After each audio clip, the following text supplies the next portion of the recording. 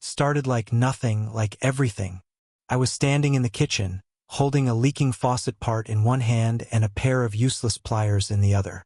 My girlfriend had gone out with her friends. I'd offered to help her mom with the sink.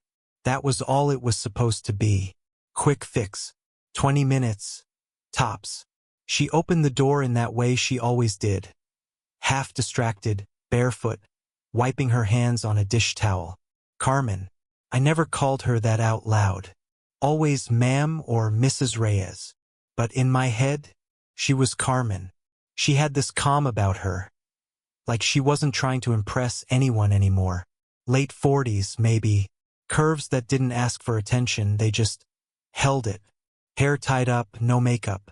She smiled like someone who had already seen 100 types of disappointment and wasn't in a rush to see another. You sure you know what you're doing with that thing? She teased, nodding toward the faucet. I grinned. Honestly? Not at all. She laughed. This low, effortless sound, and turned, leading me to the kitchen. Her house smelled like cinnamon and something older. Books, maybe. The air was still. The kind that makes you lower your voice without realizing. I knelt by the sink and got to work. She leaned against the counter behind me, sipping tea. We made small talk, mostly about my classes, her work at the gallery, how her daughter always forgets to buy trash bags. And then, a silence. The kind that suddenly feels louder than the conversation. I felt her eyes on the back of my neck. Not in a weird way. Not inappropriate. Just noticing. I forget how young you are sometimes, she said softly. I looked up, wrench still in hand. That a good thing? She didn't answer right away. Just took another sip, her eyes somewhere above my head. Sometimes. The rain started a few minutes later. Out of nowhere, the kind that darkens everything, then crashes all at once. The kind that changes the air in a room. I finished with the sink, stood, wiped my hands on my jeans. That should hold, I said. My voice cracked slightly. I wasn't nervous. I was just too aware of the silence. Of her. Of how close she was. She stepped forward to check the faucet, her shoulder brushing mine. Not on purpose. Not really. But neither of us moved away. Thank you, she said, her voice quieter than before. You didn't have to come all the way out here just to help. I didn't mind. Her eyes lifted to mine. That was the moment. Not the brush of skin. Not the silence. The look. Because suddenly, it wasn't a mom looking at her daughter's boyfriend. It was a woman looking at a man who just happened to show up on a night she didn't want to be alone. The rain was louder now, thrumming against the windows. She blinked first. You should probably stay until it stops, she said. It's not safe out there. Her hand reached for mine to take the wrench. But she didn't take the wrench. She just held my hand, just for a second. Long enough to change something I didn't know was waiting to be changed. I should have pulled my hand away. It would have been easy. Just a little shift, a polite smile, a thank you, and I'd be out the door. Back into the rain. Back into the world where things still made sense. Where I was just a college guy dating a girl named Natalie, and Carmen was just her mom, kind, elegant, untouchable. But I didn't move, and neither did she. She held my hand like it wasn't a mistake. Like we were both waiting to see who would flinch first. Then slowly she let go. Sorry, she murmured, turning toward the stove. Hands are cold. But mine weren't. Mine were burning. I stood there like an idiot, pretending to examine the fixed faucet again. Just to buy time. Just to breathe. My thoughts were scrambled. All I could think about was how the towel hanging from her oven door had a tiny tear in the corner. How her perfume didn't smell like perfume. Just something soft, like sandalwood and warmth. How the back of her neck, exposed where her hair had fallen loose, looked like a place a man could fall into and never want to leave. God, what the hell is wrong with me? Natalie. I'm dating Natalie. This is her mother. Her mother. Can I ask you something? Carmen said suddenly, not turning around. Sure. She was quiet for a beat, her hand resting on the stovetop like she needed to steady herself. Do you really care about her? I blinked. What? My daughter. Do you love her? The question cracked something open in me, because I didn't have an answer ready. Not a real one. I'd been dating Natalie for 4 months. She was fun, easy to be around, like the same shows I did. But love? I don't know, I admitted, almost ashamed. She nodded like she'd expected that. She told me you made her feel safe, she said, voice low. That you actually listen when she talks. She said that. Man. She turned to face me again, arms folded now, leaning against the counter. But her eyes weren't cold. They weren't judging. They looked almost tired. Not of me. Of something deeper. Of pretending. You're a good man, she said quietly. I know that's not easy to be. I opened my mouth. Closed it again. There was a knot in my chest. Tight and unfamiliar. I don't always feel like one, I said. That was the first honest thing I'd said all night. She looked at me for a long moment. Do you want some tea? It's late. I won't ask again. Her voice was gentle, like she was offering something more than just tea. Or maybe I was imagining that. Maybe I wanted to imagine it. I should probably, I started. But then she touched my arm. Just lightly. Fingertips brushing, pausing. Just for a little while, she said. And in that moment, everything inside me tilted. I followed her to the living room like it was nothing. Like we were still just 2 people waiting out the rain. Like I wasn't hyper-aware of every step she took in front of me. The way her bare feet padded softly across the wooden floor. The curve of her back. The quiet grace in her movements. Like someone who'd learned to survive loneliness with elegance. She handed me a mug of tea. I didn't even drink tea, but I held it like an anchor. She sat across from me on the couch, pulling a throw blanket over her legs. The storm outside deepened, thunder curling low and soft like a warning we both ignored. It's strange, she said suddenly. How quiet it gets in here. I looked up. The house. No. After she leaves. She ran a hand through her hair, loosening it from the clip. It's like I become this invisible version of myself. Like the real me gets packed away until someone's watching again. She wasn't talking about Natalie. Not really. I wanted to tell her I saw her. Not just tonight. Always. In the way she moved, in the way she listened. But I didn't. I just watched her fingers wrap tighter around her mug. There was a long silence. It didn't feel awkward. Felt real. Like neither of us wanted to lie anymore, but didn't know what truth to speak first. I'm sorry I asked about love earlier, she said, glancing at me. That wasn't fair. No, I said. It was honest.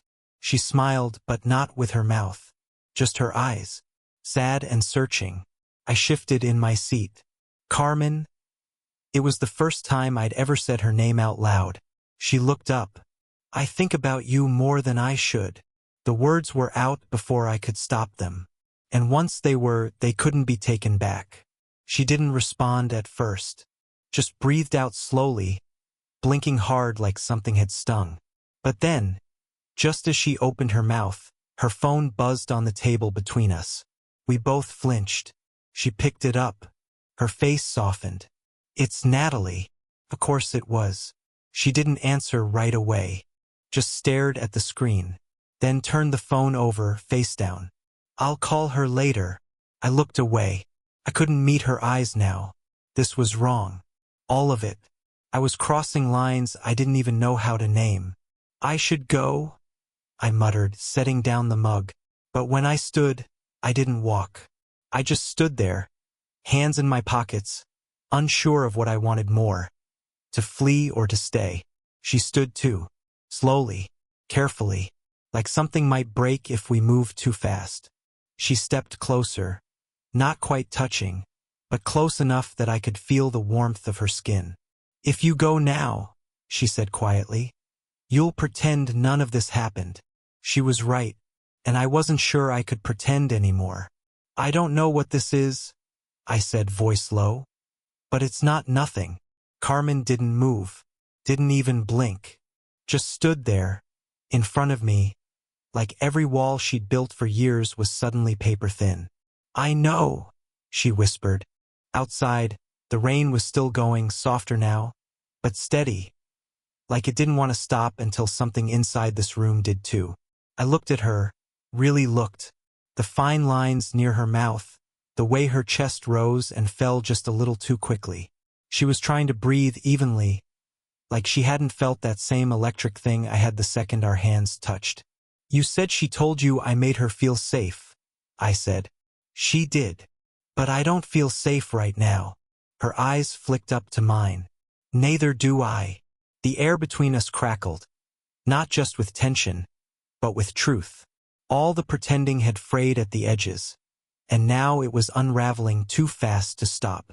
I shouldn't have asked you to stay, she murmured, more to herself than to me. I could have left. She swallowed. Her voice caught. So why didn't you? Because I didn't want to. Because something about her had been living in the back of my mind long before tonight. Because when I was around her, I didn't feel like a kid. I felt seen. And lately, I'd started wondering if she felt that too. I didn't say any of that out loud. I just stepped closer. You make me feel like I'm not invisible, I said instead. That hit her. I saw it in the way her hands tightened at her sides. I'm not proud of this, she said softly, almost trembling. I'm not trying to take something that doesn't belong to me. You didn't take anything. We were close now. Not touching, but close enough that a breath could close the distance. I'm tired of pretending I don't feel it, I said. Whatever this is, it's been there, even if we've never said it. She didn't respond. She just stared at me like she didn't know whether to run or reach out. And then her voice broke. I don't know how to come back from this if we take one more step. That was the rawest thing either of us had said. I should have agreed. I should have turned, opened the door, let the rain soak me until this burned out. But I couldn't move. Neither could she. We stood there, breath to breath. I should ask you to leave, she whispered. But you won't, I said. Her lips parted like she wanted to deny it, like she needed to, but no words came. Only silence. A silence that wasn't empty. It was waiting. Waiting for something to tip. A decision. A kiss. A goodbye. I didn't know what would happen next, but I knew nothing would ever be the same. The silence stretched like a wire between us. Pulled taut. Fragile. One more second and it might have snapped. But then her phone buzzed again. She flinched this time. The sound felt sharper now. I watched her glance at it, already expecting Natalie's name. But it wasn't Natalie. It was mine. My name. I blinked, confused. I hadn't called her. I hadn't texted. She picked it up, tapped the screen, and then her face changed. Her fingers moved fast, scrolling. What is it? I asked. She didn't answer, just stared at the screen like it had punched her. I stepped closer. Carmen.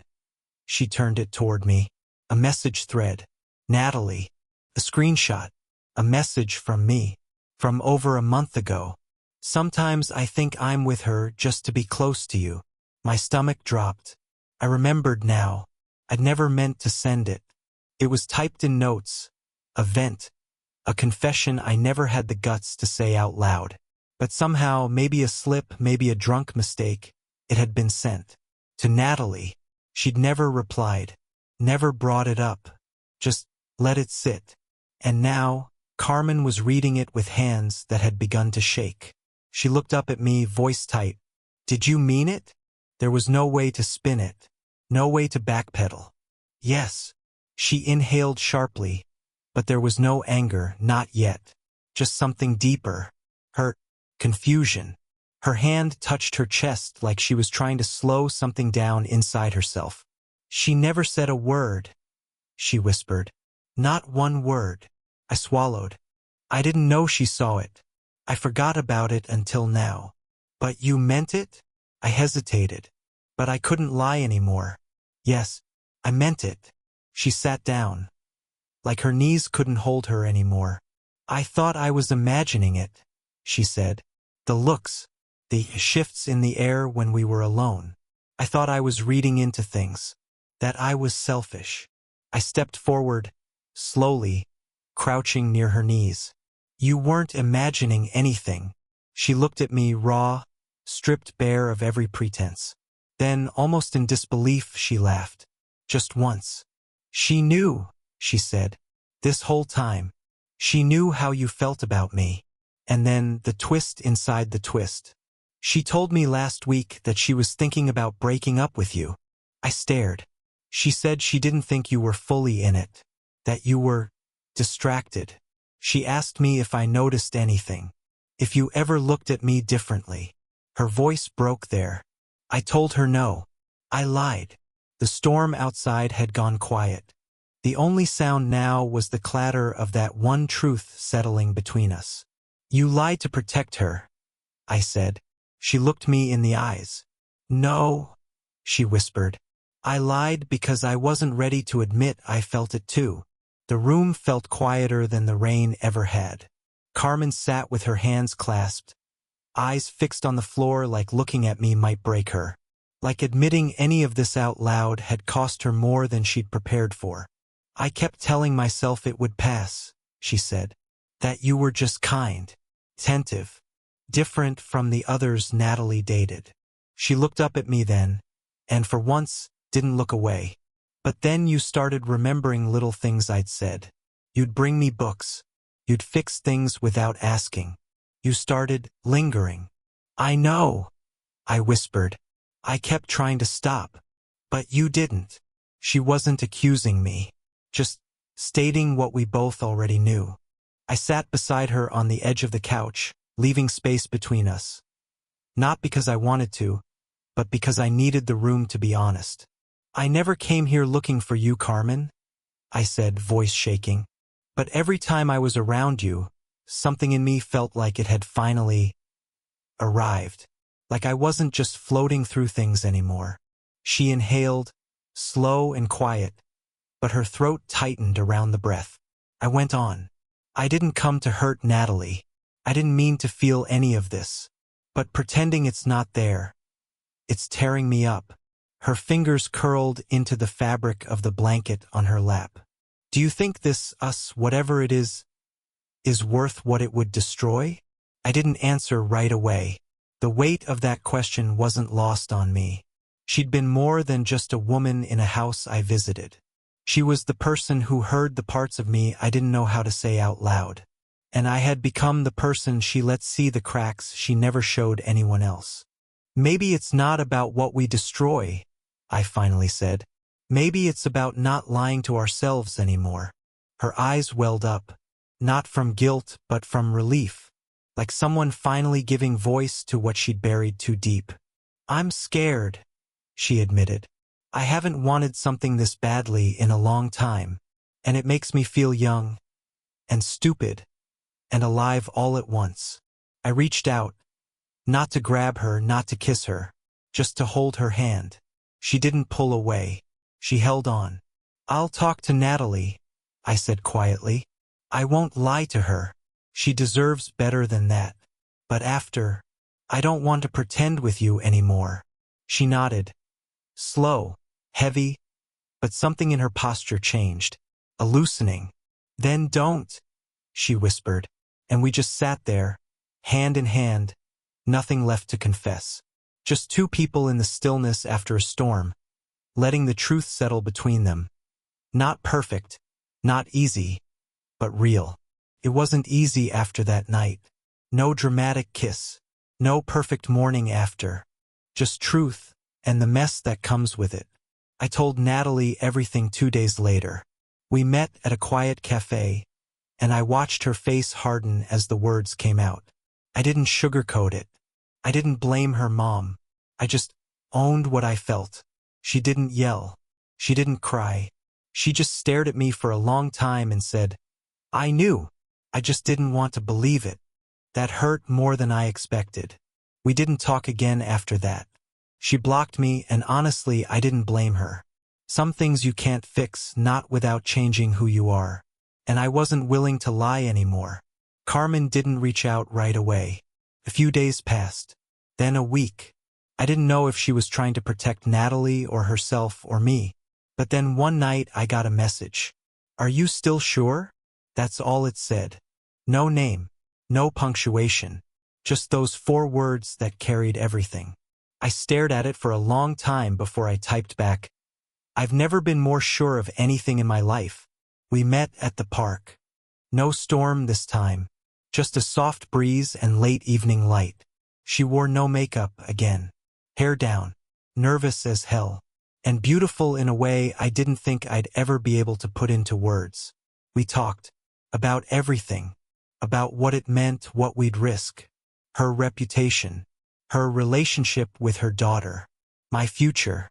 How people would see us. But we also talked about what we'd lose if we walked away. Honesty. Intimacy. That rare kind of connection you don't find twice. "I'm not trying to escape loneliness," she said. "I'm not trying to fill a void." "I know," I told her. "You're not a substitute for something I didn't get. You're the first thing that's ever felt real." And just like that, we stopped running. No fairy tale. No social media announcement. Just small, quiet moments shared behind closed doors. Dinner at her place. Long conversations about books and art and regrets. The kind of love that wasn't loud but deeply felt. People talk a lot about what's right and what's wrong. But sometimes, life hands you something in the wrong package. At the wrong time. And it still feels right. We didn't choose where it started. But we chose what we did with it. And in the end, we chose each other.